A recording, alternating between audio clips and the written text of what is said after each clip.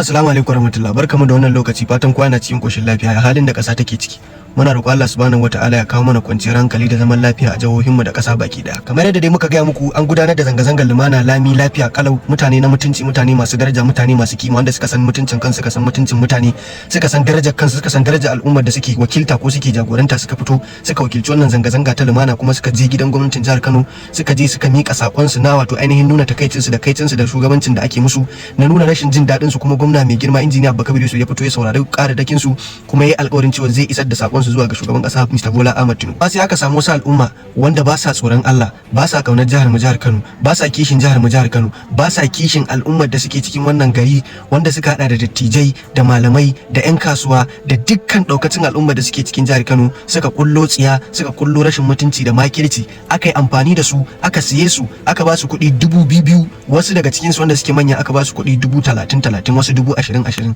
domin su zo su tada tarzoma, su tada hatsaniya, su tada rigima, dan dama sun fake da ciwar in dai an yi zanga-zanga sai an yi rigima. To munafukai ne, ƙarya ne, Allah ya tona musu asiri, mun san komai, Allah ya riga da ya bayyana gaskiya, gaskiya ta yi halinta. Saboda haka ina mai tabbatar muku da cewa wannan rigima da aka yi a jihar Kano, da fashe-fashen shagunan mutane da aka yi, da sace-sacen shagunan mutane da aka yi, wallahi aiko waɗanda suka yi wannan abun aka yi, ba 'yan zanga-zangar lumana ne suka yi wannan ba, ba mutane da suka fito masu daraja ne suka yi wannan aikin ba. Kowa ya ce ya gansa sun fito daga wajen kaza, gidan wane kaza da kaza da kaza. Labari ya bayyana, gaskiya ta bayyana. Saboda haka muke amfani da wannan dama muke tura sako zuwa ga gwamnatin jihar Kano da ita kanta gwamnatin tarayya, ta tsaurara bincike kuma ta dauki mataki mai karfi, tsatsauran mataki akan duk wanda aka same shi da hannu wajen tada tarzoma a cikin kasar Najeriya da jihar Kano. Wannan wani irin bala'i ne, wani irin tashi hankali ne? Mu kenan a Kano dabbobi ne, ba mu da hankali, duk abin da za a yi sai an sa siyasa.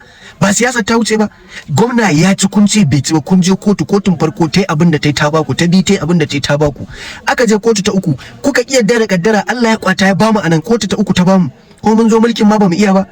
Idan ku kun iya, yaran da kuka dauko ku koya musu shaye-shaye kuke amfani da su wajen su tara tarzoma, su hana mutane zaman lafiya, shekara 8 din da kuka, me yasa ba ku saita kwakwalwarsu da tunanin su kun sa su a makaranta kun ba su ilimi ba?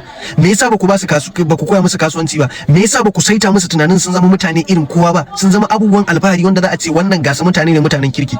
Kamar yadda kuke gani, wannan shi ma mun kawo muku wani ɗaya daga cikin su, gashi shi ma wannan yana daga cikin 'yan iskan da aka turo, gashi nan ga hotonsa shi da babban yaya, shi gashi nan kun gan shi a wajen zanga-zanga har da sa riga, amma nan kuma gashi shi da babban yaya. To nan sai mai hankali ma sai an ma bayani. Dama duk wanda ka ji ya fito ya ce ma ba ma so ai zanga-zanga, kai ai zanga-zanga, to ai dan APC ne, mutanen su ne, duk ire-iren su ne, ba sa so saboda suna ci da gwamnatin su aka ɗaure gindi, ake ba su kuɗi, yanzu aka ƙara amfani da su dan a ruguza garin, a rusa jihar.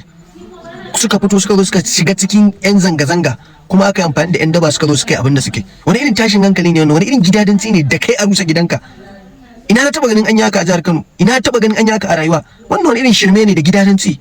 Muna kira da gwamnati ta tsaurara mataki, ta tsaurara bincike, duk wanda aka same shi da hannu a cikin tada tarzoma da sanadiyar halaka dukiyoyin al'umma, da sanadiyar lalata kayan gwamnati, da sanadiyar halaka rayukan al'umma, da dauki mataki mai tsauri akan sa, mummunan mataki wanda hakan zai zamo aya, zai zamo abin da zai sa nan gaba wani ba zai ƙara jin da wasa zai aikata irin wannan abu ba. Allah ya samu dace. Jama'a assalamu alaikum.